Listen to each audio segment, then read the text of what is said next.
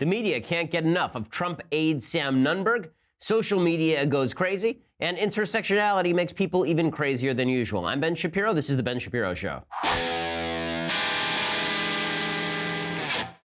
So cable news yesterday was wild, thanks to Sam Nunberg, of course, the former Trump aide who decided to go on every TV network and basically vomit his thoughts everywhere. And the media just kept featuring him. We'll talk about all of that. Plus, I want to get to the West Virginia teacher strike, which has really kind of avoided the major news, which is kind of amazing. I also want to talk about something brewing inside left-wing circles that is really ugly. And I'm not just talking about the intersectionality that animates college campuses. I'm talking about something beyond that. We'll get to all of that. First, I want to say thank you to our sponsors over at Quip. So, Quip is the best place to go if you are looking for a solid electric toothbrush. And the reason that Quip is better than other electric toothbrushes is it packs just the right amount of vibration into a slimmer design at a fraction of the cost of bulkier traditional electric brushes. Well, your teeth health actually matters a lot. In fact, it connects pretty solidly according to research with your heart health. And there's a reason why you need an electric toothbrush as opposed to just a manual toothbrush. This toothbrush from Quip works better than any of the others, and it's easy to travel with as well. So I'm on the road a lot, unfortunately, and that means that I've got the Quip electric toothbrush with me, fortunately, all the time, because I'm not going to carry around that big, bulky charger thing. It has guiding pulses, alerting you when to switch sides, making brushing the right amount effortless. It also comes with a mount that suctions right to your mirror and unsticks to use as a cover for hygienic travel anywhere, whether it's going in your gym bag or your carry-on. And because the thing that cleans your mouth should also be clean, that means they have a subscription plan, and it refreshes your brush on a dentist-recommended schedule. They deliver new brush heads every 3 months for just $5, including free shipping worldwide. So you never have to worry about whether you've been using that same brush head for 3 years now, and it's disgusting. Right now, Quip sends something to you every 3 months. You just pop on the new head on Quip, and you're ready to go. Quip is backed by a network of over 10,000 dental professionals, and there is a reason why. Quip starts right now at $25. And if you go to getquip.com/Shapiro, getquip.com/Shapiro, you get your first refill pack free with a Quip electric toothbrush. That's your first refill pack absolutely free at getquip.com/Shapiro, getquip.com/Shapiro. Use that /Shapiro so they know we sent you. Again, it is the best toothbrush in the business, and they will send you these refills that make it really easy to ensure that your toothbrush is clean. Quip is just $25, and if you go to getquip.com/Shapiro, you get that first refill pack absolutely free, and it lets them know that we sent you. Okay, so yesterday, the media went totally nuts over a guy named Sam Nunberg. So who is Sam Nunberg? So I had a conversation one time with Sam Nunberg. It was shortly after Sam Nunberg had been fired by the Trump campaign, and he called me up for some reason. I can't remember what it was. And he was, to say it mildly, a kooky fellow. Who exactly is Sam Nunberg? Well, the Washington Post says Nunberg was an early member of Trump's political team when the mogul's potential candidacy was seen mostly as a stunt. In 2014, as Trump continued a long-running flirtation with higher office, Nunberg was at his side. BuzzFeed says, quote, he comes on a bit strong, as you know, according to Roger Stone, right? Roger Stone is one of the more disgusting political operatives in the business. He says, I mean, within a week of my meeting him, he was going around telling people I was his mentor. He's got chutzpah, as they say.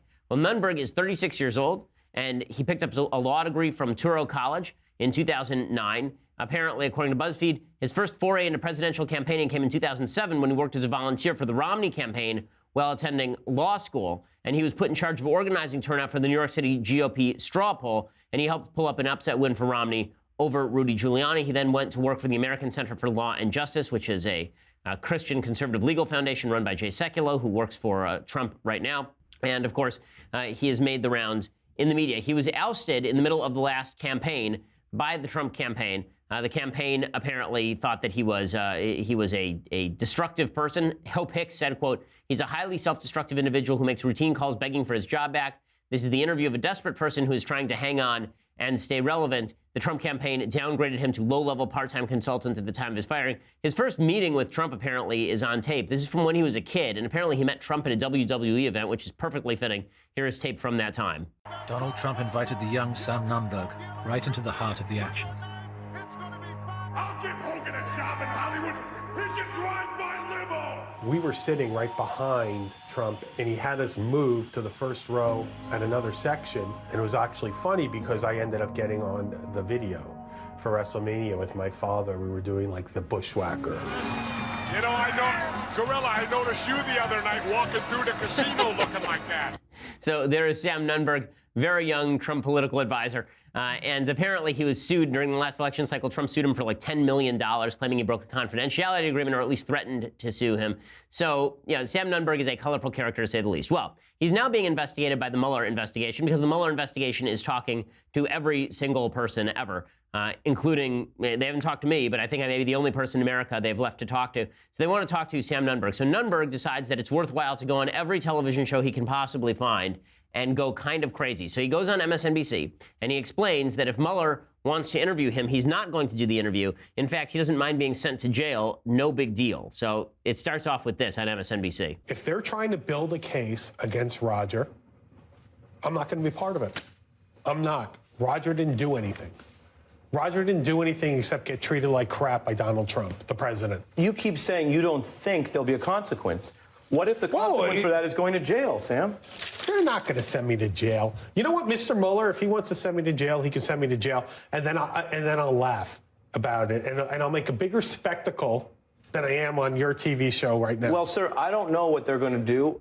Okay, there was a woman named Susan McDougal who, during the Obama administration, refused to testify, and she ended up going to jail. So this would not be the first time that somebody has refused to testify or talk to the FBI, and they've ended up in jail. And then it gets even worse. So Nunberg apparently was on CNN with Jake Tapper, and he actually starts asking Jake Tapper whether he should cooperate with Mueller. So he's just going crazy live on TV. He called into every major television show. He called into New York City 1 yesterday. Here he is with Jake Tapper, and look at the incredulity on Tapper's face.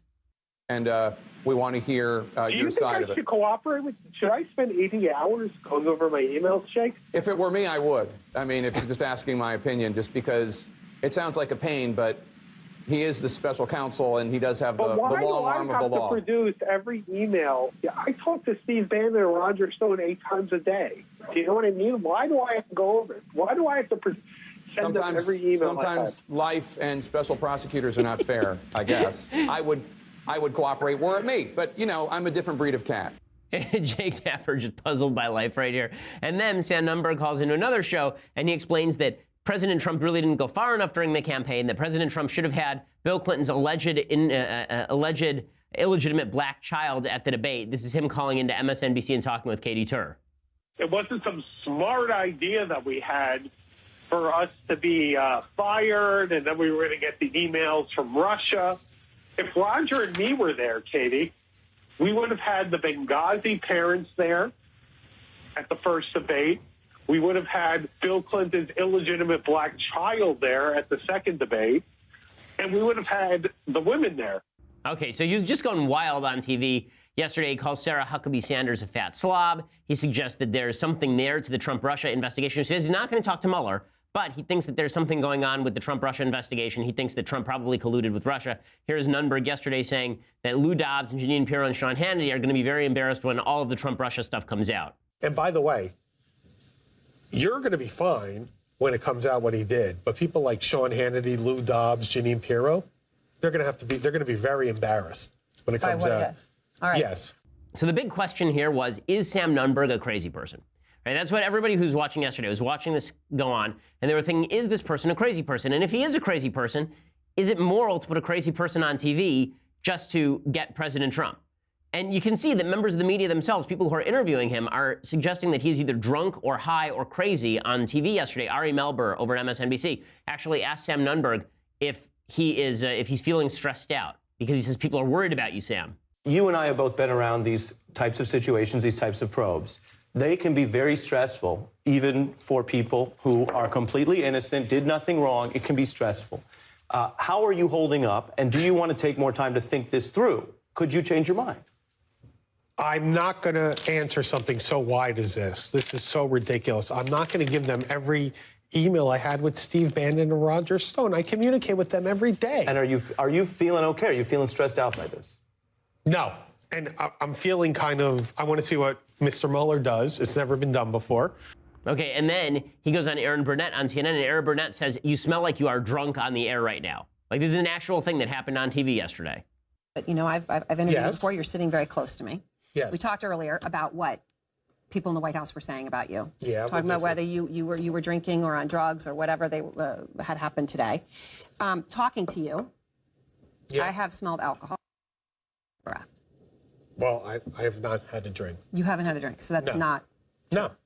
And then he says, but he is on antidepressants. So here is the big question. Okay, there are two big questions. One, does this guy have anything useful to say? The answer seems to be no. Nunberg doesn't have anything useful to say. So the question becomes, why are the media having him on? And there's really a larger question, which is, do the media have a responsibility not to put people on TV who are humiliating themselves and making reality TV shows spectacles of themselves? And this is a real open question, right? Because is it their job to actually not put him on the air if he's drunk or if he's crazy? So I would say that Erin Burnett does the worst job here because she actually apparently thinks he's drunk. Presumably, if an Obama official walked in completely drunk off his butt and walked into the CNN studios, security would be called. They wouldn't put him on the air. So if Erin Burnett actually thought that Sam Nunberg was drunk or crazy or off his rocker, why put him on the air? And the answer is because all these people in the media think that Sam Nunberg is going to suddenly drop the bomb about President Trump, or because they think that it's humiliating to the Trump administration to have once had somebody like Sam Nunberg working for them. So on the one hand, you have to say that the media, their bias, their attempts to get Trump have gone too far, that there are a lot of members of the media who are so interested in getting Trump or humiliating Trump that they're willing to violate their own journalistic standards. Over at Axios, the journalist there, Jim Vandehey particularly, is ripping into other members of the media, saying that this is just spectacle, that there is no news value to this whatsoever. You're putting on somebody who's clearly having a mental breakdown on national TV, and you're doing so for the ratings and because you hate President Trump. And that wouldn't be a shock. That wouldn't be a shock. I mean, when you look at the media's desperation to get Trump, it really has reached fever pitch. I mean, they are now reporting on things like CNN now traveled to Thailand. They sent somebody to Thailand to dig up clues about Trump. Okay, so first, last month, the network actually sent a reporter to St. Petersburg to literally dig around in a dumpster looking for leads about President Trump. And now they've sent a reporter to Bangkok to speak with a prostitute who claims that she has goods on the Trump camp's alleged collusion with Russia, according to Grabien.com. The woman, her name is Anastasia Vashukovich, who's also described as a sex coach, is currently in prison and hopes that America will offer her asylum in exchange for her story. So CNN promptly sent a reporter over there. His name is Ivan Watson. He met with the woman and reported, quote, she described herself as a seductress. This woman claims to have evidence of Russian meddling in the U.S. election. The question, is this a desperate ploy to get out of jail? Or as her friend claims, is this young woman truly in danger because she knows too much? Right, so CNN has hyped everything that is possible to hype about Trump and Russia, obviously. And that's pretty damning stuff when it comes to why they're having people like Sam Nunberg on TV. I don't know that that's the whole story, though. And I want to be fair to CNN. I want to be fair to MSNBC, and I'll explain in just a second. First, I want to say thank you to our sponsors over at Dollar Shave Club. So, DollarShaveClub.com. These are the folks who will give you everything you need to feel, look, and smell your best. It's not just that they have the best razors in the business, though they do. It's not just that they have the magical famed Dr. Carver's shave butter. They also have body wash, they have shampoo, they have toothpaste, and of course, those best razors that you have ever used. Those are the razors that shave my beautiful neck each and every evening. I shave at night so that when I get up in the morning, I'm ready to do the show because it's early. Anyway, so go to Dollar Shave Club right now and you get a special deal. Dollar Shave Club for just $5 with free shipping. You'll get a 6-blade executive razor plus trial sizes of shave butter, body cleanser, and 1-wipe Charlie's. Those are the magical butt wipes. They keep those blades coming for a few bucks more per month. Get yours right now, dollarshaveclub.com/Ben. When you try that travel size kit, you'll know whether you like it or not, and you will, I promise. dollarshaveclub.com/Ben. That's dollarshaveclub.com/Ben for just $5. Again, you get the free shipping. You get 6-blade executive razor plus those trial sizes of the shave butter, the body cleanser, the 1-wipe Charlie's. You don't have to go to the drugstore anymore for your soap, for your shampoo, for the razors, for any of that stuff. Instead, you can just sit at home and wait for your Dollar Shave Club package to arrive, which it will, and it will be spectacular, and you will smell great, and you will look great. That's just the way Dollar Shave Club works. dollarshaveclub.com/Ben, and you get our special deal. Plus, the /Ben lets them know that we sent you. Okay, so obviously the media have an agenda with regard to President Trump, and that agenda is pretty obvious. Now, with that said, is there something to be said for the media not actually being supremely responsible for what Sam Nunberg did here? So at The Atlantic, McKay Coppins, who has been following Sam Nunberg for a long time, is a reporter over at The Atlantic, used to be at BuzzFeed, he has a long piece here about what Sam Nunberg did was actually on purpose. So it says, it was just after 8 p.m. on Monday night, and the suddenly famous Sam Nunberg had phoned me from Dorian's Red Hand restaurant, a yuppie hangout on Manhattan's Upper East Side, where he was reveling in his triumph. After announcing earlier that day his intention to defy a grand jury subpoena he says he received in the Russia investigation, the former Trump aide had spent the day conducting a manic media blitz, popping up on multiple cable news programs, granting interviews to dozens of journalists, and hijacking the news cycle with a car crash procession of blustery soundbites. Legal experts were warning his failure to cooperate with Mueller's investigation could put him in serious legal jeopardy, but Nunberg was in a celebratory mood. So when I talked to Nunberg months ago, he was always in a celebratory mood. This is a guy who is kind of manic. He said, "Can you report this?" He says, "You have to report this. The champ does whatever the F he wants." The champ apparently is a reference to one of his favorite UFC fighters.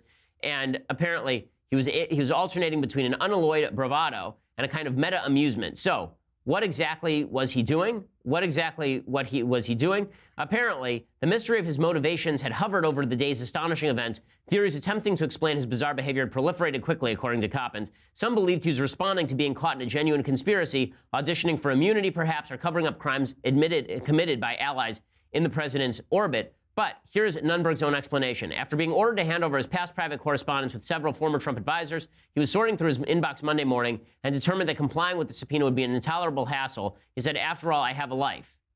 Okay, that is fully possible. But there is a question to be asked. Okay, let's assume that Sam Nunberg is borderline nuts. Let's say that the guy is a kook, which apparently he is. What's the media's obligation not to put kooks on TV? What's the media's obligation not to put crazy people on TV? Because half the people in politics are totally crazy. Let's say that I had told you back in circa like 2012 that there was some guy who was wandering around saying things like, the President of the United States was born in Kenya. Let's say that he was wandering around commenting on Robert Pattinson's relationship with Kirsten Stewart. Let's say that he was wandering around saying weird things about reality TV and also weird things about politics and just sort of generally mouthing off in somewhat crazy fashion. Would you put him on TV? The answer is maybe you put him on TV because now he's the President of the United States. In other words, we've had some pretty crazy people in politics for a while, so while I'm ripping on the media, I'm not sure that it's fully justified to rip on the media for putting this guy on TV. I will say I'm not sure the treatment would have been the same if you were an Obama official versus being a Trump official. I also think that there's a difference between people like Jake Tapper or even Ari Melber putting him on TV and people like Aaron Burnett. If Aaron Burnett actually thought that he was drunk, if Aaron Burnett actually thought that that Sam Nunberg was a loose cannon off his rocker, then that is irresponsible journalism. But it does raise the question of what kind of journalistic ethics the media have been using recently, and the answer is not very good. You have a lot of partisan hacks on both sides of the aisle who are either willing to cover for the president or willing to slander the president with anything that they can get their hands on. And if they think that Sam Nunberg is going to come out of the woodwork and ramble on incessantly about crazy things, they will put him on the air just for the sake of putting him on the air, which is not a good look. It's really not a good look for the media. And it's, they should be a little bit more careful. Apparently, he was booked for, like, the Today Show this morning. It's easy if you're Omarosa, apparently. Yeah, but look, some of the responsibility here also falls on the Trump campaign. They really have to stop hiring top men from the end of Indiana Jones and the Raiders of the Lost Ark, right? Their top men are not top men, and Sam Nunberg is just more proof of that. Okay, so, meanwhile, intersectionality continues to make people on the left insanely stupid. So overnight, literally over a 24-hour period, there were a bevy of anti-right-wing disruptions on campus. So Christina Hoff Sommers, a friend of mine, the factual feminist, she's a professor, she was speaking about feminism, and she was speaking about the failures of the social justice warrior program, and she was shouted down. This is at a law school. Okay, so this was happening at Lewis and Clark Law School, which is one of the better schools in the country, and a coalition of student groups had demanded that what they called known fascist Christina Hoff Sommers be no platform, meaning that they shouldn't allow her to speak. And they put out, the Portland National Lawyers Guild put out a statement saying, we are proud of our student chapter for taking a concerted stand against fascist, racist, and misogynistic views being broadcasted on campus. The National Lawyers Guild Lewis and Clark chapter is joined with the Minority Law Students Association, Black Law Students Association, Women's Law Caucus, Immigration Student Group, Jewish Law Society, Latino Law Society, Outlaw, and Lewis and Clark Young Democratic Socialists of America to ask the Federalist Society to rescind their invitation.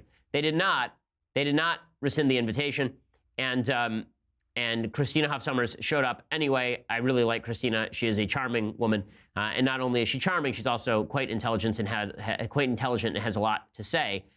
She is not a fascist, okay? There's no evidence that she's a fascist, and the attempt to boil down fascism to anything I don't like is simply idiotic. Which is more fascist? Christina Hoff Sommers coming and speaking about the lies of the feminist movement, or the people who are suggesting that they should actually be able to shut down her lecture by use of force? Okay, that seems a little more fascist to me. So here's a little bit of the video when Christina started trying to start her lecture last night at Lewis and Clark Law School. Christina Sommers has repeatedly delegitimized the suffering of women. Worldwide. But we believe our siblings and our comrades. Women are not liars with victim mentalities. Rape culture is not a myth. Okay, nothing quite says bucking trends like repeating verbatim, word for word, what people are telling you to say. Nothing really says that you're thinking for yourself quite like repeating in North Korean fashion exactly what your dictator tells you to say. Pretty amazing. I love that the woman who's walking around here with a jacket saying "Stay woke" is just standing at the front and shouting at people. And then, according to Christina, what happened is that the diversity officer from the university came up to her and asked her to cut short her lecture and go directly to Q&A instead of finishing her lecture. Just absolute class shown by the university over at Lewis and Clark. Disgusting stuff, but not a shock. I remember they tried to do this to me over at University of Wisconsin. If I were Christina, I immediately would have done exactly what I did at University of Wisconsin. She's got an entire whiteboard behind her. That gives her the ability to create some pretty fun visuals with the people who are standing right there. I remember I wrote on the blackboard, it was a rising blackboard at University of Wisconsin, I wrote in very large letter, idiots, with an arrow pointing to the people who were protesting. And so that was in all the pictures, which is kind of funny. I would have recommended to Christina that she do that as well. It's asinine. But that wasn't the only place this was happening yesterday. So my friend Jordan Peterson, he was speaking over in Canada.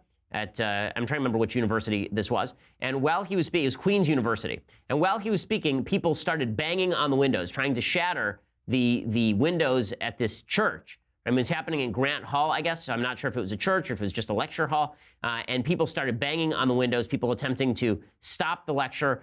They were followed by a bunch of violent people afterward. Here's a little bit of the video from Jordan Peterson's lecture. Again, this is all happening in the same 48-hour period, just demonstrating to you how intersectionality has made the left completely insane. To kind of speak your mind while not sacrificing kind of the future for that. Well, I tell you a couple of things that are very practical. Okay, so well done for the college. Where is their security? Why is security not removing those people? Why is security not preventing those people from disrupting the lecture? The answer is because security allows people to do all this sort of stuff because they don't want to be seen as repressive of the actual repressive forces. It's the same reason I get shuttled to satellite campuses at University of Minnesota. It's the reason they shut my lectures to the public at University of Connecticut and University of California, Los Angeles and University of California, Berkeley. It's the reason why we have trouble at every campus because the administrators are too chicken bleep to actually stand up to the violent people. Okay, and it's not just them. It's not just them. There was another case of this last night as well. And I will tell you about that case, and I will tell you more about the intersectional failures of the left in just a second. First, I want to say thank you to our sponsors over at Indochino. So, nothing makes you look better than a custom-made suit. Nothing, right? You're going to instead a department store and you buy one of these things off the rack and then a tailor has to reverse engineer it. Instead, you should be getting your suit made from scratch, just like James Bond. That's what Indochino is for. It's the world's largest made-to-measure menswear company. They've been featured in major publications, including GQ, Forbes, and Fast Company. They make suits, shirts made to your exact measurements for a fantastic fit. And here's how it works. They have showrooms all over the country. You can go there, where they have one in Los Angeles, or you can shop online at Indochino.com. You pick your fabric, you choose your customizations, you submit your measurements. It's actually a really fun process. I've done it myself. My favorite suit is a 3-piece powder blue suit. That's right. Sometimes the Shapiro gets creative with his dress. And I wear that to synagogue. It is one of my favorite suits, and it fits the best of any of my suits because it's custom made. This week, my listeners can get any premium Indochino suit for just $379 at Indochino.com when you enter Shapiro at checkout. That's Indochino.com. Enter Shapiro at checkout. 50% off the regular price for a made-to-measure premium suit, and shipping is free. So it's Indochino.com, promo code Shapiro.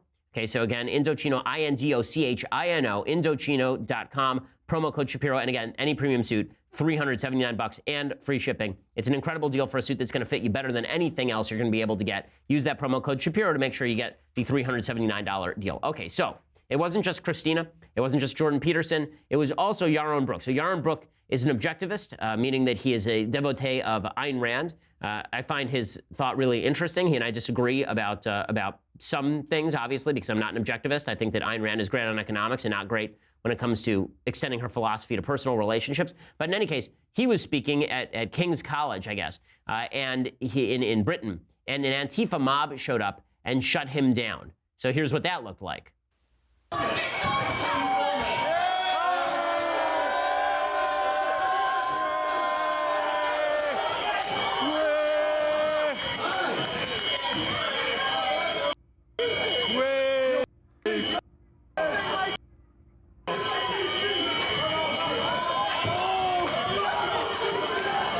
Then violence breaks out. One of the students who's doing the filming is attacked.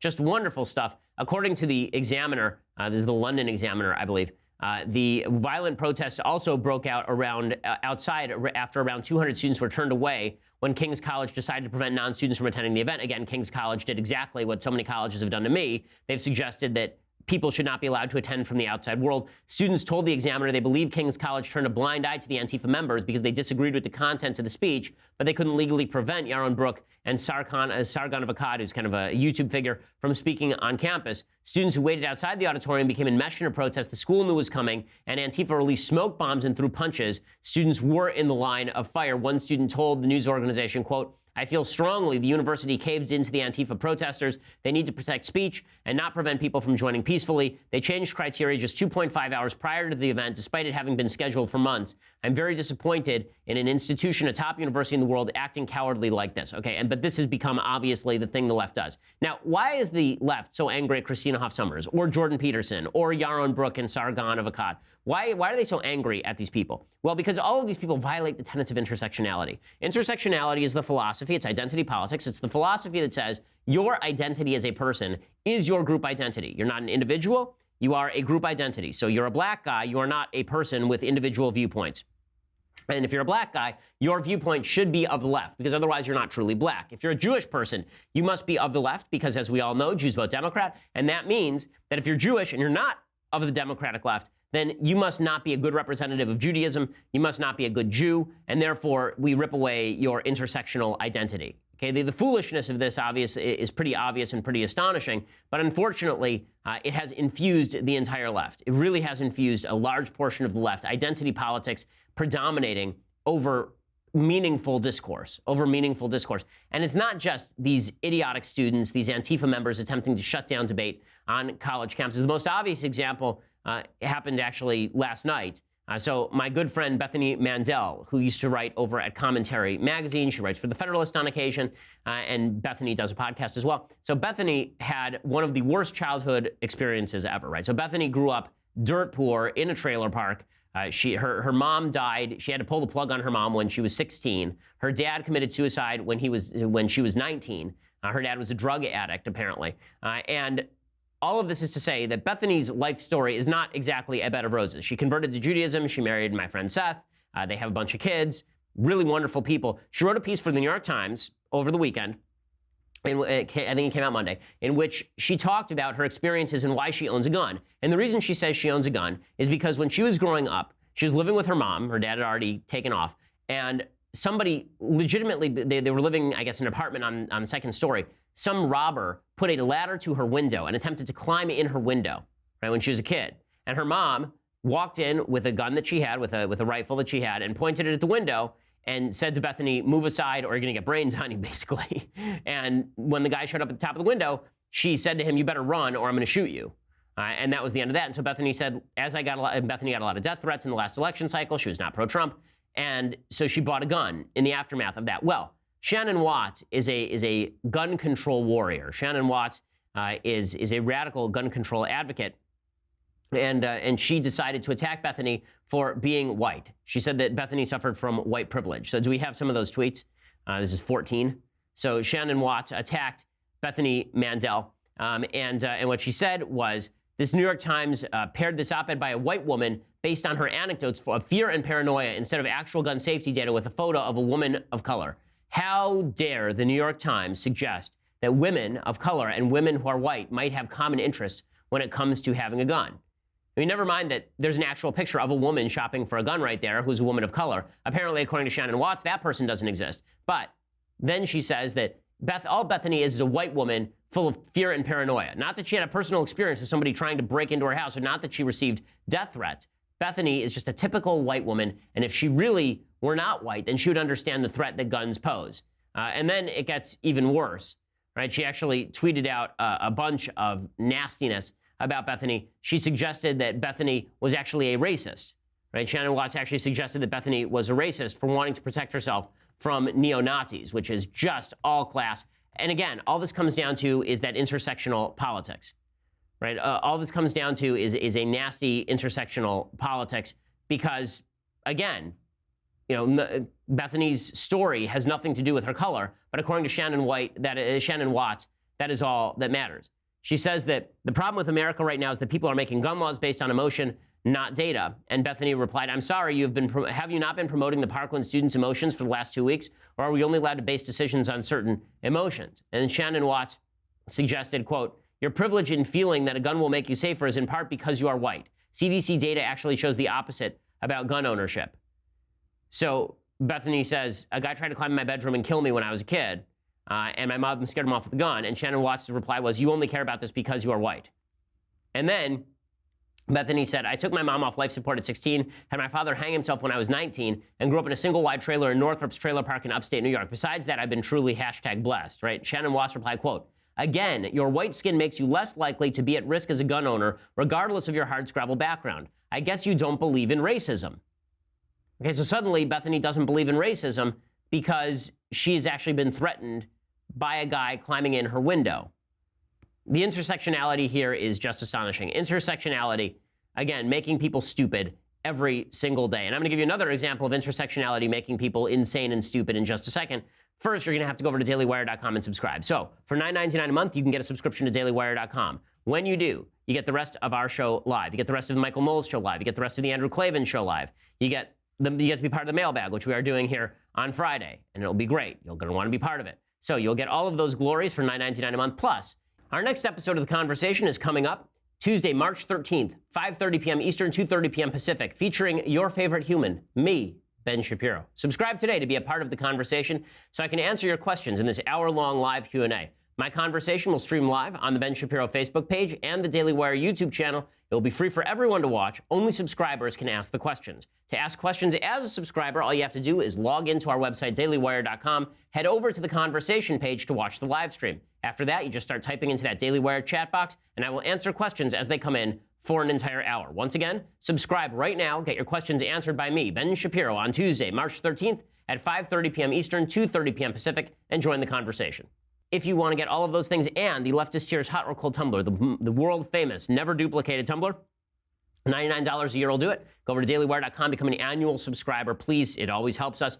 It helps us bring you the show every single day when you become a subscriber. So if you're asking how you can help, that's one way you can help. Go over and subscribe, and you get all those privileges and immunities as well.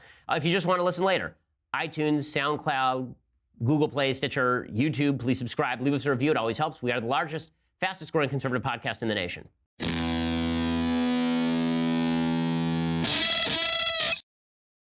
Alrighty, so speaking of intersectionality making people insanely stupid, so as I've been tracing over the course of the last few weeks, Louis Farrakhan is one of the more disgusting characters in American public life.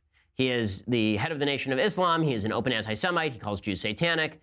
He suggests that white people are devils. He is the worst of the worst of the worst. And a couple of the heads of the Women's March are big fans of his. They have been defended in turn by Linda Sarsour, another anti-Semite who has defended Louis Farrakhan, or at least the people who defend Louis Farrakhan. And people who are associated with the Women's March could say, ladies, it's time to cast out Louis Farrakhan. Instead, advocates of the Women's March say, our intersectionality makes us allies. In other words, yes, I'm a Jew, and I'm a member of the Women's March, but I'm not insulted by the fact that Louis Farrakhan is backed by top members of the Women's March because we have common interests. Our common interest is in tearing down the patriarchy. So I'm not going to speak up. I'm not going to say anything about the nastiness inside my own movement. Now, I hate this kind of stuff. When it was identity politics of the right, I said so. I don't like tribalism. Tribalism on the right suggested that when the Trump campaign was making common cause with the alt-right, that was totally okay because Hillary Clinton had to be taken down. And I said, no, that's not okay. It's not only counterproductive politically, it's immoral. You can't make light of the alt-right. You can't pretend these are nice people. You can't pretend that the actual anti-Semites out there are people who ought to be brought into the fold because you share a common cause with them. That's intersectionality, identity politics of the right, and it's gross. I was one of the lead advocates on that score. On the left, however, the same people who were saying that the alt-right was gross and Trump had to throw them off, which is correct, are now saying that the Women's March is totally fine. They have no problem with anti-Semitism, even though top leaders of the Women's March are now obviously in league with open anti-Semites. There's an article over at theforward.com talking about this unfortunate tendency, which has been largely ignored by the mainstream media, by the way. Jake Tapper at CNN being the lone exception. So there's a woman named Sophie Elman Golan. She's a passionate feminist. She runs communications for the Women's March, and now she has ripped into a couple of these members of the Women's March. She tweeted, quote, I'm tired of our movements not taking anti-Semitism seriously. It's not okay. It's taking a toll on me and on all Jewish people on the left. We are tired, and heartbroken. Okay, but what's amazing is how people on the left have responded to that. What's amazing is how people on the left have responded to the fact that Tamika Mallory, who is a member of the Women's March, a top member of the Women's March, has repeatedly praised and associated with Farrakhan, participated in a rally with him last week at which he maligned Jews as the spawn of Satan. She's a former executive director of Reverend Al Sharpton's National Action Network. Al Sharpton, again, another notorious anti-Semite who is, again, featured in mainstream media on a repeat basis. Farrakhan is the leading anti-Semite in the United States. He has claimed that Adolf Hitler was a very great man. It's not just Tamika Mallory. There's another woman who is associated with the Women's March who was involved. We talked about this in the last couple of days. So they went and asked over at forward.com a bunch of intersectional leaders on the left who are Jews about this. And you can see how identity politics trumps everything. But identity politics doesn't actually mean standing up for your identity as a Jew. It means standing up for the idea that you are a member of a dispossessed class. So here's one of the funny things about being a member of an identity group. Being a member of an identity group doesn't mean that there's anything special about your identity group. The only thing about your identity group that matters in identity politics is that it is anti the quote-unquote establishment, is that it seeks to tear down the hierarchy, that it seeks to break apart the status quo. So it doesn't matter that there are differences between black folks and Jews on politics. It doesn't matter there's a difference between Muslims and Jews, certainly, on politics. So long as they all claim common cause in tearing down the structure, they're all members of the same group. So this is why people are constantly asking the question, why is it that folks on the left seem so tolerant of radical Muslims when radical Muslims are totally anti-gay, they're totally anti-women's rights, they're totally anti-liberalism? Why is it that so many members of the left, like you'll see LGBT groups marching arm in arm with people who support Hamas? Why is that? Why is that? And the answer is because as member of identity groups, they don't actually have solidarity within identity groups against other identity groups. The purpose of the identity group is to band together in this great cohesive unit of the so-called dispossessed to fight against the broader spectrum. So radical Muslims don't have anything in common with the LGBT crowd, but they do have common cause in tearing down what they see as America's terrible, terrible superstructure of racism and oppression. And so they will overlook the evils of the other in order so that they can tear down. They're allies of convenience and allies of identity. That's the idea here. So Jill Jacobs, who's just gross. She's executive director of TRUA, the Rabbinic Call for Human Rights. Rabbi Jill Jacobs, who knows less about Judaism than my 4-year-old daughter. She says, what Louis Farrakhan said is disgusting and inexcusable. I don't think one can dismiss the entire movement, and certainly not the entire progressive world, because of a statement by one person or two people. Okay, imagine that this were said about David Duke and the alt-right. Let's say that there are a bunch of members of the alt-right associated with David Duke, which they have. And let's say that somebody said, listen, David Duke is just deplorable. He's disgusting. He's awful. But are you really going to slander the entire alt-right because David Duke? Are you really going to do that? And the answer is, yeah, kind of. I mean, if you tolerate this stuff, then you become a party to it. Judy Levy is executive director of the Jewish Council on Urban Affairs, and she made excuses for it as well. She said people don't always express themselves on every single issue in ways that we would be comfortable, but it's really important that when we share values, we work together to raise up the urgent issues that we all face. And there it is, in a nutshell. Identity politics is about the common cause. It is not about actually standing up for your identity group even. Sharon Brous, who spoke at the 2017's Women's March, she is at least attempting to do something right. She said there's no room in a multi-faith, multi-ethnic coalitional movement for anti-Semitism, homophobia, or transphobia. In a Big Tent movement, there has to be room for disagreement, but certain core values must stand at the forefront. Yeah, except that these women are not going to be tossed out. Linda Sarsour is still being cheered. And Linda Sarsour, by the way, is not only being cheered inside the Women's March, Linda Sarsour is being cheered over at UConn. So it turns out that she's supposed to speak at University of Connecticut. And when she speaks at University of Connecticut, she is not going to have tremendous security, nor are the students being offered preliminary counseling. So you'll recall that when I spoke at University of Connecticut, the general public was barred. You'll also recall that the administration sent out a full letter to the student body suggesting that if they needed preliminary counseling, because I was going to say something so terrible, that would be available. Linda Sarsour has said Zionists cannot be feminists. Linda Sarsour has repeatedly supported terrorists. Linda Sarsour is one of the worst people in American politics. She is a radical, and yet she is being treated as royalty at UConn, while I was treated as basically a David Duke type, which is precisely the opposite of the truth when it comes to me versus Linda Sarsour. So pretty amazing, but again, all that matters is the identity politics, and it's infused the entire Democratic Party. It's one of the reasons they're looking at candidates like Kamala Harris. It's the reason they're looking at Cory Booker. It's the reason they're looking at Julian Castro as opposed to looking at Joe Biden. The good news for Republicans is that the more the Democrats engage in this broader identity politics movement, the more they engage in intersectionality, which was mentioned, by the way, at the Oscars by Ashley Judd, talking about intersectionality. The more the left tries to suggest that they are a coalition of the dispossessed fighting the great power structure, the more Americans think, I don't want any part of these people. I don't want anything to do with these people. The left is alienating more people with its identity politics than it's drawing in now. They're banking on the idea that the changing demographics of the United States are going to create an intersectional majority coalition. But I don't think that's the case because, again, I think people are individuals, not members of identity groups. And I think people will turn away if they're treated as individuals from the stupidity and malice of the intersectional movement.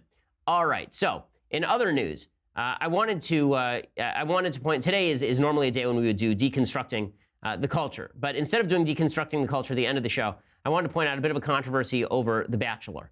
So I mentioned the other day a very funny show called The Good Place. It's on network TV. I think you can also get it on Netflix. I don't even know what channel it's on because I cut the cord a long time ago. But The Good Place has a joke in it where they're talking about people who get into heaven. And the people who get into heaven are apparently the people who do not watch The Bachelor. Like, this is one of the actual criteria, is that if you watch The Bachelor and you have emotional investment in The Bachelor, it makes you a bad person. Well, I think that that's probably true. So ABC, I'm sure there are good people who watch The Bachelor, but they are wasting their time and their life force. So last night on The Bachelor, you wonder why our country got so stupid. You wonder why our country has turned into an emotional basket case. Maybe it's because we watch reality TV and we think it's actual reality, and then we invest obviously fictionalized stories with the power of true human emotion. So The Bachelor, apparently, I didn't watch 1 minute of The Bachelor this season, so forgive me if I slightly botched this story. Apparently, The Bachelor had picked one woman as the woman he was going to marry, and then it turns out that he divorced her, and he didn't divorce her. He broke up with her after they were engaged and got together with the second place finisher. Now, what I would say about the second place finisher is, have you no pride, woman? Have you no gumption?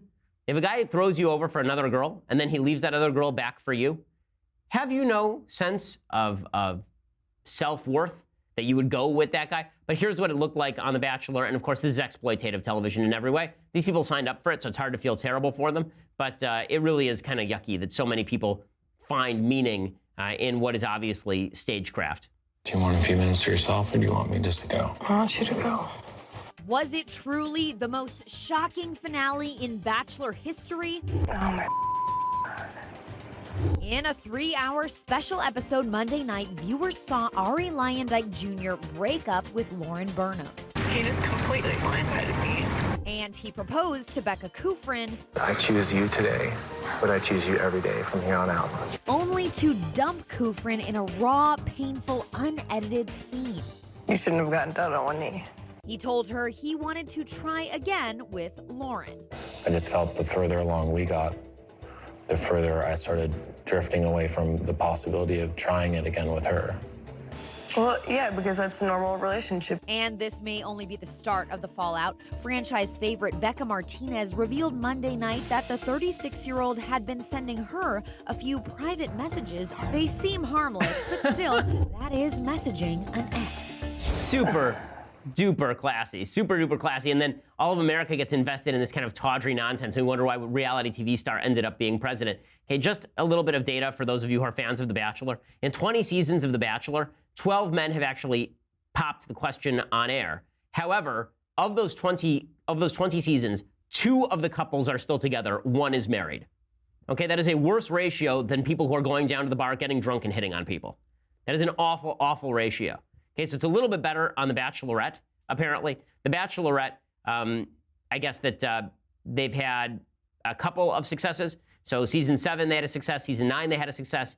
And season 11 and season 12, I guess people are still together, but it's not, it's like 50%. So the notion that any of this is real is just absurd. Of course, it's not real, but when we get caught up in investing our emotions in reality TV, which is all being produced behind the scenes, but my mom is a reality TV producer, okay? My mom has done this stuff. I've watched raw footage of reality TV shows before. It is nothing like what appears on television. They can make virtually anything appear interesting and fascinating.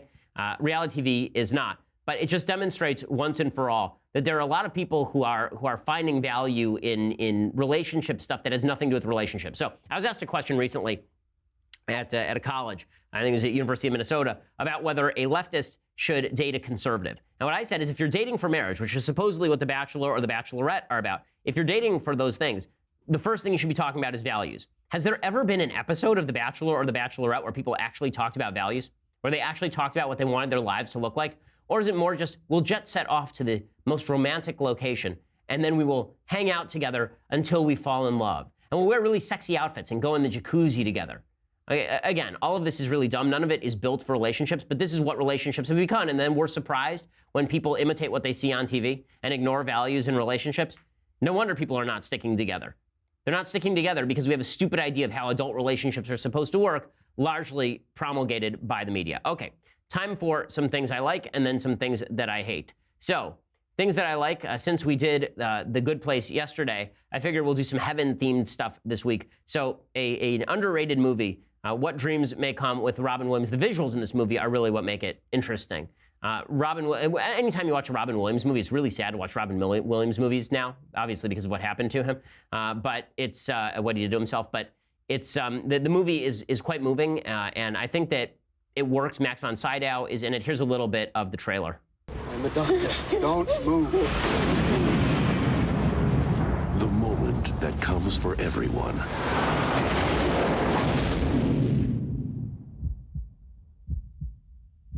Has come for Chris Nielsen. You've died, Chris. If heaven is a place where you know only joy. Oh! Boy, I screwed up. I'm in dog heaven. You're creating an entire world here, from your imagination, from anything you want. Where you feel no more fear. I'm gonna drown. You can't. You're already dead. Oh. And anything you can imagine is real. It's your world! Could you let go of the love you left behind? I need Annie. That'll change in time. Time? Okay, so the movie is actually quite moving, and it really works. One of the things about Robin Williams as an actor is you can see that the man was a truly troubled individual, and you can always see there's a sort of pain behind his eyes, and in this movie it really works for him. So check out What Dreams May Come, worthwhile watching. Okay, other things that I like. Nikki Haley, my spirit animal at the UN. So she was speaking at AIPAC yesterday, and she talked about Israel and the United Nations. The United Nations, of course, is the Mos Eisley of actual life. Here's Nikki Haley talking about the UN. At the UN and throughout the UN agencies, Israel does get bullied. It gets bullied because the countries that don't like Israel are used to being able to get away with it. Well, just like when I was that little girl in South Carolina, that just doesn't sit well with me. Jerusalem is the capital of Israel. That's a fact. And President Trump had the courage to recognize that fact when others would not. The United Nations spends half of its time attacking only one country. We will not accept it any longer. Yeah, good for Nikki Haley. This is one of the best things about the Trump administration. It's one area where they've bucked foreign policy conventional wisdom, and they've done really well with it. Okay, time for some things that I hate. Okay, so apparently the hatred of guns is so strong now that the dating app Bumble has announced that it will ban profile photos with guns in them in response to the shooting at Parkland. A statement on the Bumble website said the company will now moderate all photos for the presence of guns, excluding users who are in military or law enforcement uniforms in their photos. So if you are a gun-packing woman, then you cannot be on Bumble with that picture. They also announced they would donate $100,000 to the March for Our Lives, that anti-gun violence march organized by the survivors of the Parkland shooting. Again, is any of that worthwhile? Is any of that going to stop violence with guns? Of course not. It's all virtue signaling. But so much of corporate culture has now become virtue signaling that it's actually really troubling. It's one of the reasons, by the way, that you are seeing a change in the actual way that news is done, the way that the news industry is done. So if you look at Facebook, Facebook is now changing its algorithm. YouTube has been changing its algorithm. They're downgrading anything that has mildly controversial content. They're attempting to weed out stuff that gets people excited or gets people irritated or confronts them with news they don't want to see, because advertisers are getting blowback from people on this, supposedly, or at least advertisers don't want to be associated with controversial opinions. Okay, the reason this is a real problem is because what this does, it actually ensures that people are going to go to their own bubbles. Because the way that the model works on places like Facebook or YouTube is they're ad-supported models. So, you know, if you get our show on YouTube, for example, then YouTube may play an ad beforehand, or they may demonetize one of our videos. They may take the ads off beforehand. Well, if they do that to people who are totally reliant on ad support, or if they do it to Dave Rubin, for example, then that forces people to give money to Rubin, to subscribe to Rubin in order to get that content. And what that means is that Dave Rubin's crowd of people from whom he is drawing money is going to be smaller than it normally would be. So would ours be, so would Steven Crowder's be, so would Joe Rogan's be. Right? Anybody who gets demonetized on a regular basis is going to have to rely on a subscription model. Well, subscription models are by nature opt-in models. That means that people who are not familiar with the content are not going to subscribe. And that means that if you're familiar with the New York Times, you're never going to see an opposing viewpoint. If you're familiar with Daily Wire, you're never going to see an opposing viewpoint. It actually ensures that the bubbles are strengthened. So corporate weakness in these areas is really bad for the country, and it's one of the reasons why Media Matters has done such awful work in trying to go after advertisers simply for advertising on sites that carry messages that they may not like. I think it's a really dangerous business in which they are engaging. Okay, other things that I hate. And so, worthwhile noting, the West Virginia teachers' strike is apparently still continuing. And they were talking about settling it this morning. I'm not sure if they have finally settled it or not. It's in its second week. This strike is illegal. So basically, a bunch of teachers in West Virginia are striking against the state of West Virginia in order to get higher pay. I don't like public sector unions because they're striking against the taxpayer. This is why public sector unions should be illegal. It should not be legal for people to strike against the taxpayer. Can you imagine the cops striking against the taxpayer? We're just not going to do our job. We're just going to walk off. Okay, the state should have to pay whatever it is that people are willing to take, but this is why unions that actually get together and band together and then have people walk out in order to deprive the taxpayers of services that we are owed for the tax money that we are paying are really, really bad. Now, do I blame the teachers who are members of the unions? No, but I do blame the union itself and the state for engaging in this sort of negotiation. They should have filed a legal case, an injunction against the union on this, and they should have gone back to what West Virginia's law is, which is right to work. They should have just gone to individual teachers and hired the individual teachers back at prices that they are willing to pay and prices that the teachers are willing to work for. Okay, we'll be back here tomorrow with all the latest. I'm Ben Shapiro. This is The Ben Shapiro Show. The Ben Shapiro Show is produced by Mathis Glover, executive producer Jeremy Boring, senior producer Jonathan Hay. Our technical producer is Austin Stevens, edited by Alex Zingaro. Audio is mixed by Mike Coromina. Hair and makeup is by Jesua Alvera. The Ben Shapiro Show is a Daily Wire Forward Publishing production. Copyright Forward Publishing 2018.